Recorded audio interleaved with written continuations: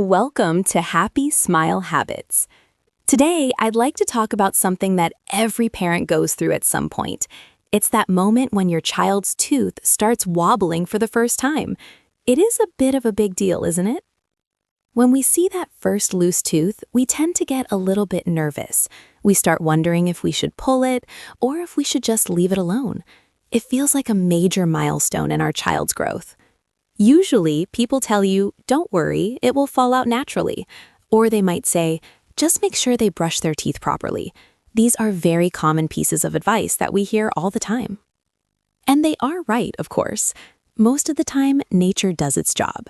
But when it's your own kid, that common sense doesn't really stop the anxiety.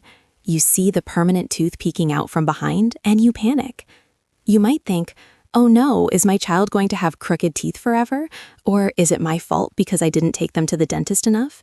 It's very easy to start feeling guilty about these small things. I think it's important to acknowledge that this anxiety is totally normal. We want the best for our kids, so even a tiny tooth can feel like a big project that we can't afford to mess up. But here's a thought. What if we stop looking at it as a medical event and start looking at it as a software update for the body?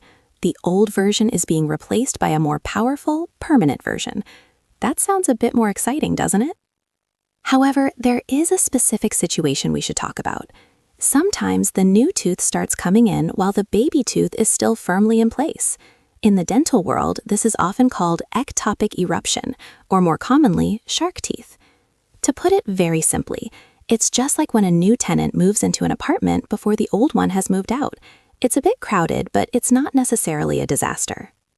Usually, the tongue naturally pushes the new tooth into the right spot once the baby tooth finally leaves, so we don't need to lose sleep over it immediately.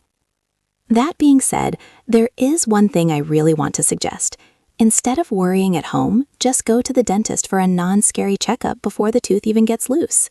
Instead of going there to fix a problem, think of it as a professional consultation for a growing project.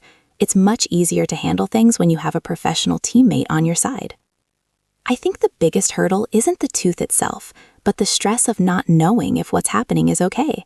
If a dentist says this is normal, that weight on your shoulders just disappears. So to wrap things up, losing baby teeth is a long journey that lasts for several years. It's not a sprint, it's a very slow marathon. You don't have to be perfect at every single step. If the teeth end up a little crowded, there are plenty of ways to fix that later.